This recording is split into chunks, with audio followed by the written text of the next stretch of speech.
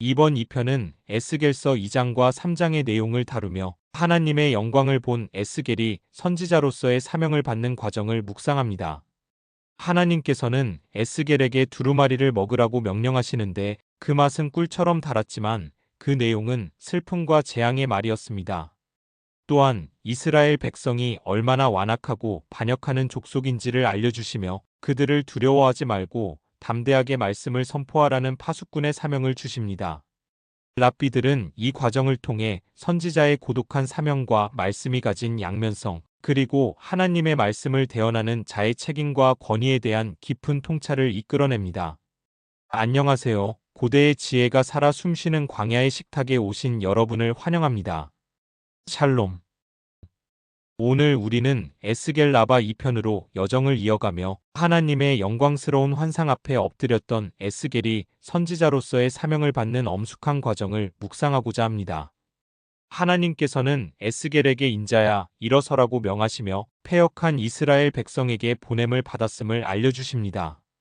그리고 그에게 애가와 애곡과 재앙의 말이 기록된 두루마리를 먹으라고 명령하십니다. 입에는 꿀처럼 달았지만 그 내용은 심판의 메시지였던 이 두루마리는 선지자의 사명이 가진 양면성을 보여줍니다.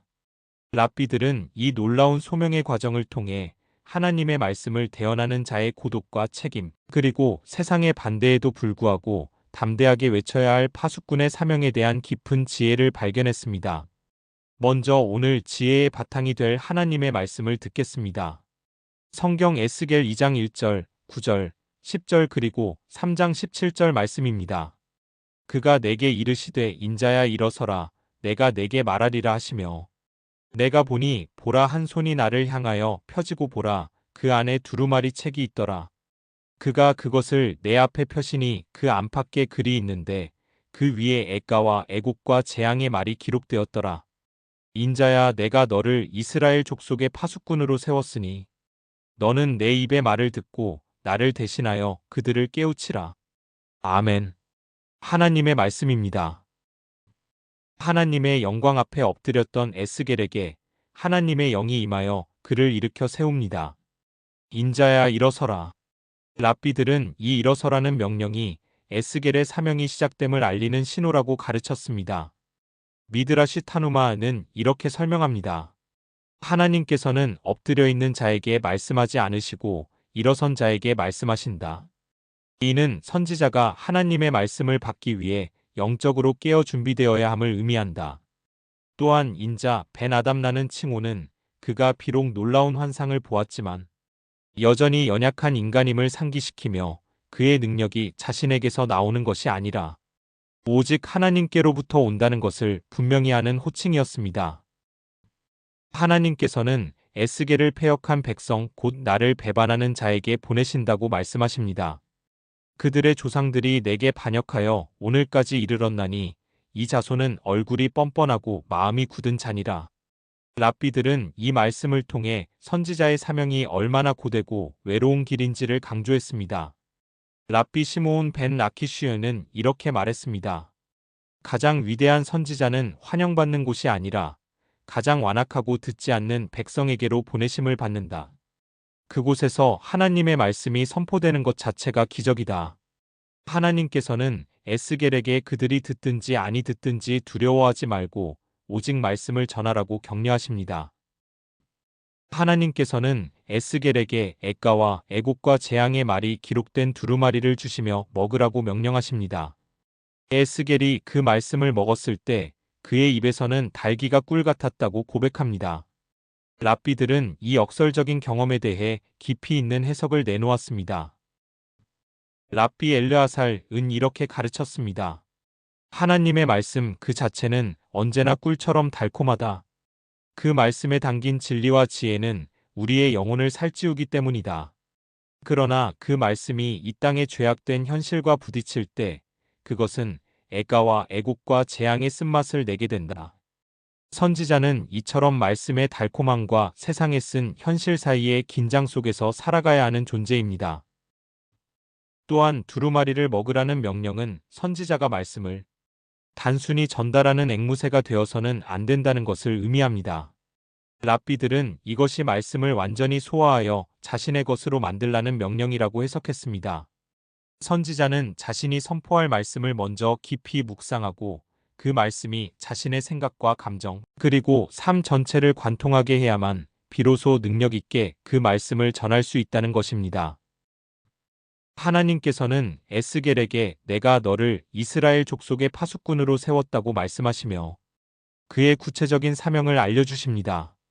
파수꾼은 성벽 위에서 적의 침입을 가장 먼저 발견하고 나팔을 불어 성 안의 사람들에게 경고하는 책임을 진 사람입니다.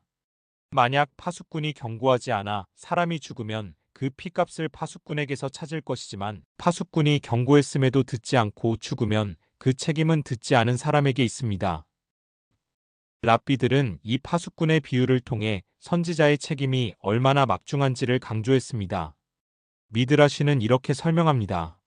선지자는 백성들이 듣기 좋아하는 말을 하는 사람이 아니라 그들의 영혼을 구원하기 위해 때로는 듣기 싫은 심판의 경고를 외쳐야 하는 사람이다.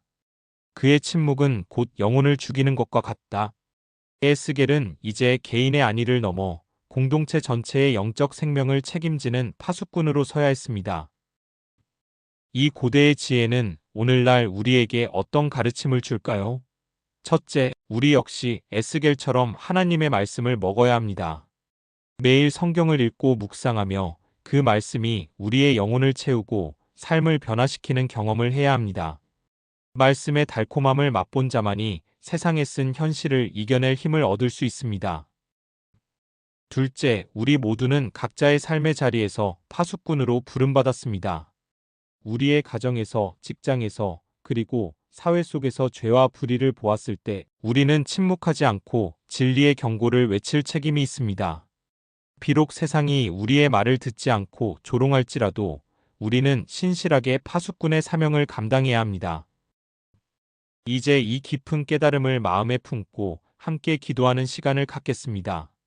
저희를 파수꾼으로 부르시는 하나님, 오늘 에스겔의 소명을 통해 저희에게 주신 사명을 다시 한번 깨닫습니다. 저희에게 날마다 주님의 말씀을 먹여주사 그 말씀이 꿀처럼 달게 하시고 저희 영혼을 살찌우게 하소서. 저희가 세상의 반대와 조롱을 두려워하지 않고 맡겨주신 자리에서 진리의 경고를 담대하게 외치는 신실한 파수꾼이 되게 하여 주옵소서. 저희의 삶을 통해 잠자는 영혼들이 깨어나고 주님께로 돌아오는 역사가 일어나게 하소서. 우리의 위대한 선지자 되시는 예수 그리스도의 이름으로 기도드립니다.